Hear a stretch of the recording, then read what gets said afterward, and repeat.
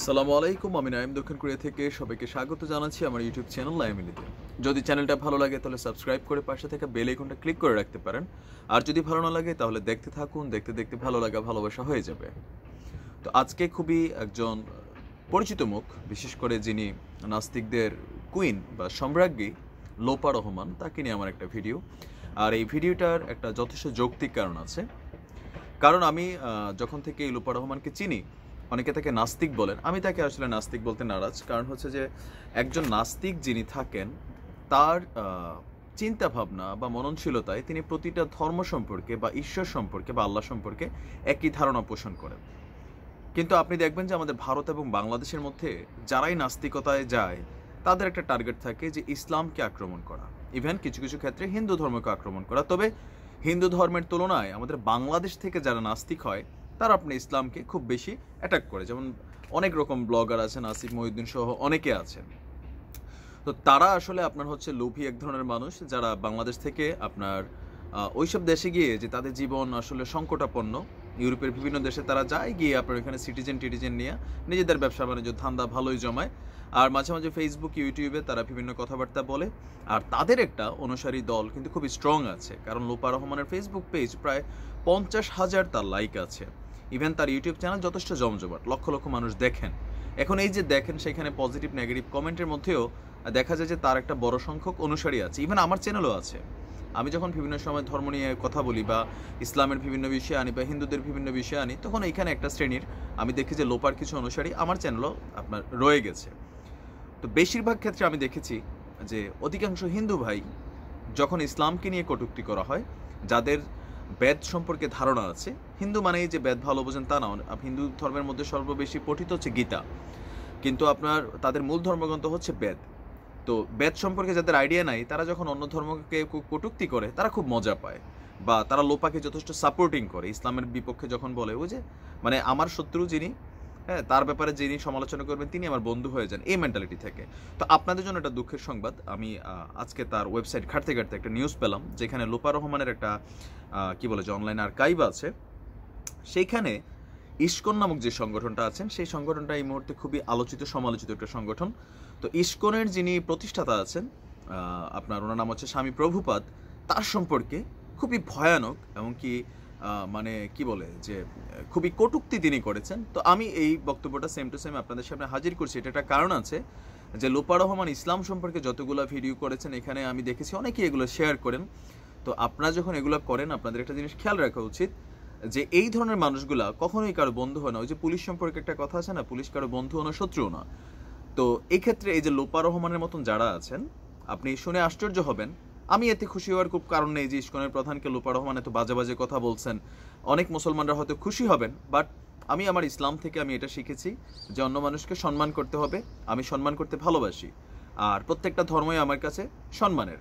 আমি ইসলামের অনুসারী, আমি ইসলামকে লালন করি, ধারণ করি। আমার কথায় আচার আচরণ ইসলামের ভাবভঙ্গি প্রকাশ হবে। আপনি যেটা লালন করে সেটা প্রকাশ করবেন। তবে নিশ্চয়ই আপনি যদি ধর্মকে ভালোভাবে স্টাডি করেন, তাহলে কাউকে গালি দেওয়া, কারো অপমানে আপনার খুশি হওয়ার কোনো কারণ নেই। তো আমি এখানে একটু রেফারেন্সগুলো আমি দেখে দেখে বলতে হবে, কারণ সবগুলো মাথায় থাকবে না। ওয়েবসাইটটা হচ্ছে আপনার nastikia.com। সেইখানে মেবি এই লেখাটা লিখেছেন আপনার লোপা রহমান। মেবি আমি তার আপনার পেজ থেকে এই জিনিসটা পেলাম। মুখোশের আড়ালে শ্রীল প্রভুপাদ। এই প্রভুপাদ সম্পর্কে আপনারা জানেন, তিনি হচ্ছেন ইসকনের প্রতিষ্ঠাতা এবং ইসকনের যিনি কি বলা হয়, জনক বলা হয়, তিনি হচ্ছেন আপনার শ্রী প্রভুপাদ পাল। তো এখানে লেখাটা এমনভাবে এসেছে, আমরা সবাই অভয় চরণাবিন্দ ভক্তি বেদান্ত স্বামী প্রভুপাদকে মোটামুটি চিনি, যিনি ইসকনের প্রতিষ্ঠাতা ছিলেন। উনি শিল প্রভুপাদ নামেও পরিচিত। সনাতনী এবং বৈষ্ণবরা ওনাকে সাক্ষাৎ কৃষ্ণরূপে দেখেন, যদিও তিনি একজন সাধারণ এবং অতি চতুর ব্যক্তি ছিলেন।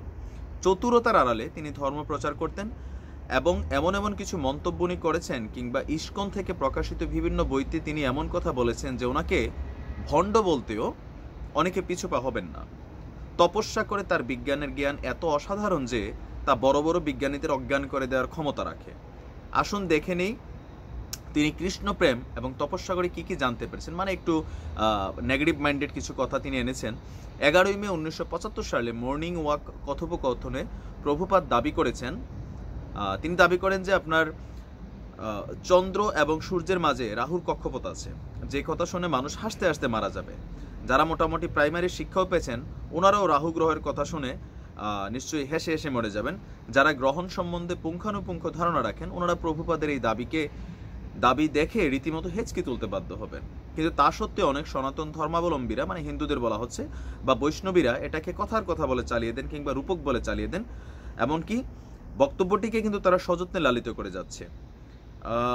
তারপর হচ্ছে তিনি এখানে আরও কিছু জিনিস এনেছেন, যেমন প্রভুপাদ পালের আরেকটা বিষয় হচ্ছে অমৃতময় উক্তি সর্বজ্ঞানী প্রভুপদের, যেটা আসলে বিজ্ঞানের সাথে কিছুটা সাংঘর্ষিক। আপনি যদি সায়েন্স জানেন সাংঘর্ষিক, তো তারপরেও আমি এখানে যে প্রভুপাদ পাল প্রতিটা মানুষের জ্ঞানের দরজা সমান থাকে না। যিনি বিজ্ঞানী হন তার কাজ হচ্ছে রিসার্চ করা, যিনি আমাদের মতন সাধারণ মানুষ হন তার জ্ঞান এতটা বড় থাকে না। তো যারা ধর্ম সম্পর্কে জ্ঞান সাধন করেন তাদের বিষয়টা আলাদা। বাট এখানে তাকে কটূক্তি করা হচ্ছে যে তিনি বলেছিলেন সূর্য পৃথিবীর উপরে অবস্থান করে, সূর্য থেকে পৃথিবীর দূরত্ব 9,30,00,000 মাইল, আর সূর্যের উপরে চন্দ্র অবস্থান করে, চন্দ্র থেকে পৃথিবীর দূরত্ব 9,50,00,000 মাইল। তার অনুযায়ী সূর্য পৃথিবীর নিকটে ও চন্দ্র দূরে অবস্থান করে, এ শুধু তাই নয় উপরে অবস্থান করে, যেটা আসলে সায়েন্সের সাথে কনফ্লিক্টেড। তাছাড়া পৃথিবীর একমাত্র প্রাকৃতিক উপগ্রহ চাঁদের সম্বন্ধে বলেছেন তিনি, প্রভাত পাল বলেন, চাঁদ হচ্ছে আগুনের গোলা, সূর্যের মতো চাঁদও আগুনের গোলা, না হলে কি করে এত উজ্জ্বল হয়? যদিও সূর্যের নেই অত উজ্জ্বল নয়, চাঁদের আগুনের তেজ অনেক মৃদু ও স্নিগ্ধ, এই আমার মত। মডার্ন থিওরি অনুসারে চাঁদ ধুলোময় এক উপগ্রহ, তা আমি বিশ্বাস করি না। ভাগবত অনুসারে তা গ্রহণযোগ্য নয়, মানে ভগবত গীতায় যেটা বলা হয়েছে তিনি সেটাকে গ্রহণযোগ্য বলেন। এই কারণে আমি অনেক সময় বলি যে ইস্কন সম্পর্কে যারা অনেক কথা বলেন, যে ইস্কন কিন্তু বেদান্তবাদী যে ধর্ম আছে, বেদের অনুসারী যারা আছে তাদের সাথে কিন্তু ইস্কনের অনেকটা পার্থক্য আছে। জুলাই 2-এ তিনি আরেকটা বলেছেন, আপনার বিবাহিতদের সম্পর্কে খুব বাজে একটা কথা আছে, আমি সেটা এখানে বললাম না। তো প্রভুপাদ সম্পর্কে লোপা আরও বলেন, তিনি চরম নারী বিদ্বেষী এবং নারীদের অবদমিত করে রাখার সপক্ষেও ছিলেন। ধর্ষণ সম্বন্ধে মর্নিং ওয়াক কথোপকথনে তিনি বলেন মহিলারা নাকি ধর্ষণ পছন্দ করে। এরূপ নোংরা মনোবৃত্তি নিয়ে তিনি কি করে পৃথিবীতে কৃষ্ণ প্রেম বিলি করতেন সেটা আমার মাথায় ঢুকে না। ধর্ষণ কাকে বলে সেটা তিনি আদৌ জানেন না, সাইকোলজির শও উনি জানেন না। তাছাড়া নারী স্বাধীনতা সম্বন্ধে 1977 সালের 5ই এপ্রিল মুম্বাইয়ের একটি কথোপকথনে ইন্দিরা গান্ধীকে তিনি পতিতা বলেন। সেখানে তিনি বলেন, আপনার এখানে পুরোটা লেখা আছে, অনেক বড় লেখা, তো আমি শর্টলি বলছি। পতিতা বলেন, কি বিচিত্র বোকা বোকা এবং নোংরা চিন্তাধারা। শুধু তাই নয়, 1975 সালের 9 নভেম্বর ধনঞ্জয়কে লেখা একটি চিঠিতে প্রভুপাদের চরম নারী বিদ্বেষী মনোভাব প্রকাশ পেয়েছিল। সেখানে তিনি খুব বাজে কিছু কথা লিখেন। তাছাড়া শিশু কন্যাকে জন্ম দেওয়া প্রভুপাদের মতো একটি অন্যায় কাজ বা একটা সমস্যা সমাজের জন্য। তাছাড়া প্রভুপাদের পশুবৃত্তি মনোভাব প্রকাশ পায় 1969 সালের 12ই এপ্রিল নিউ ইয়র্কের রোম কনভারসেশনে। তাছাড়া মহিলাদের বুদ্ধিমত্তাকে প্রভুপাদ চূড়ান্তভাবে অপমান করেছেন 26শে সেপ্টেম্বর 1972-এ শ্রীমদ্ ভাগবতম লেকচারে। সেখানে তিনি বলেন, এখানে যা কিছু বাজে কথা আমি আসলে এগুলো চ্যানেলে বলতে পারছি না। তো লোপা বলেছেন, পাঠক বিবেচনা করুন যে একজন কতটা গণ্ডমূর্খ এবং স্বল্প বুদ্ধি সম্পন্ন হলে এহেন মন্তব্য করতে পারেন। যদি ওনার কথা সত্যি হয় তাহলে হাইপেশিয়া, হানা, জিএম এম্বাসকে, মেরি কুরি, রোজালিন্ড ফ্র্যাঙ্কলিন, এনারা কি মূর্খ ছিলেন? তারপর 1973 সালের 4 জানুয়ারি মধুকরাকে লেখা চিঠিতে আবার নারীদের সম্বন্ধে কুরুচিকর মন্তব্য তিনি করেছেন। তারপরে লাজলজ্জার মাথা খেয়ে মায়াপুর 1977 সালের 27শে ফেব্রুয়ারি রুম কনভারসেশনে দাঁত কেলিয়ে শিশু বিবাহকে তিনি সমর্থন জানিয়েছেন। সেখানে তিনি বলেন, man has no maximum even an 8 years old man can marry a 16 years old girl। মানে তিনি বলেছেন যে কোনো 80 বছরের পুরুষ ইচ্ছে করলে 16 বছরের একজন কিশোরীকে বিয়ে করতে পারেন। উক্ত কথোপকথনেই প্রভুপাদ গর্বিত হয়ে নির্লজ্জের মতো বড় গলা করে দাবি করেছেন যে তিনি একটি 11 বছরের মেয়েকে বিবাহ করেছিলেন। যারা ইসলাম সম্পর্কে গালি দেন, আমাদের আল্লাহ রাসূল বিভিন্ন সময় কিছু কিছু কাজে তার কিছু বিবাহ ছিল, তো সেগুলো সম্পর্কে অনেকে যখন গালি দেন আপনাদের এই বিষয়গুলো জানা উচিত। যারা এই লোপাকে দিন দিন প্রশ্রয় দিচ্ছেন আমার হিন্দু ধর্মের ভাইয়েরা, তাদের তার সম্পর্কে জানা উচিত। 1972 সালের 7ই নভেম্বর মিস্টার লয়কে লেখা এক চিঠিতে আরও নারীদের নিয়ে অনেক কথা তিনি বলেছেন। 15 আগস্ট 1971 সালের লন্ডনের রুম কনভারসেশনে তিনি আরও বিভিন্ন কুরুচিকর কথা বলেন নারীদের নিয়ে প্রভুপাদ সম্পর্কে। আপনার এখানে আরও আসলে বিশেষ কিছু আছে। যে মহিলার স্বামী নেই সেই নাকি অনাথ, এমন কথা যে কোনো মানুষের মুখ দিয়ে বেরোতে পারে, সত্যি ভাবা যায় না। যদি উনি মানুষ ছিলেন কিনা সেই বিষয়ে আমি সন্দেহ করি। তার মানে আপনার ইস্কনের যিনি প্রতিষ্ঠা চাচ্ছেন তাকে তিনি অমানুষ বলে বলতে চাচ্ছেন। এইগুলো তো এগুলো কৃষ্ণপ্রেম, এর নামে গুরু ক্যাচ্ছে। এরপর থেকে সনাতন ধর্মের প্রসঙ্গে আসা যাক। সনাতনের সৃষ্টি যার থেকে, সেই পরম পুরুষ দেবদেবীকে, মহাদেব শিবকে নিয়ে তার, আচ্ছা মানে তিনি নানান বাজে বাজে মন্তব্য করেছেন।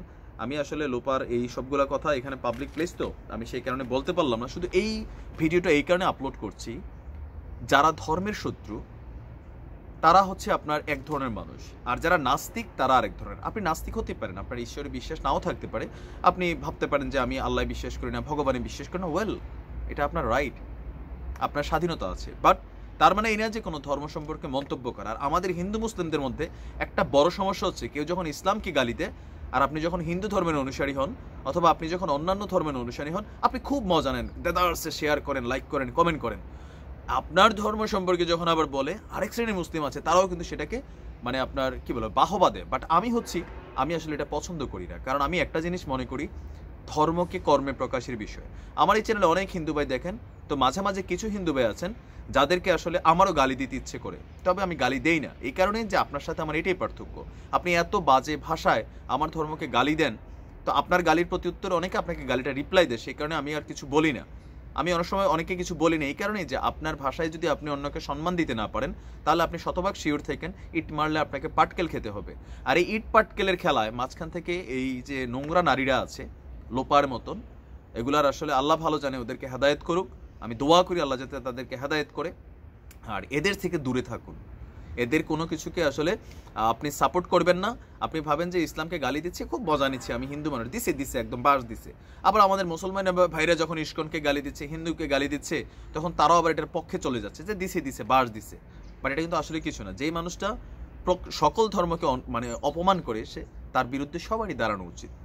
নাস্তিক হতে পারেন, ইউরোপে দেখেন, এইসব দেশে দেখেন, তাদের ধর্ম সম্পর্কে কোনো হেডেক নাই। কিন্তু যারা বাংলাদেশ ভারত থেকে নাস্তিক হয়, তাদের ধর্মকে অ্যাটাক করে নাস্তিকতা প্রমাণ করতে হয়। তো যাই হোক, মন্তব্য আপনার।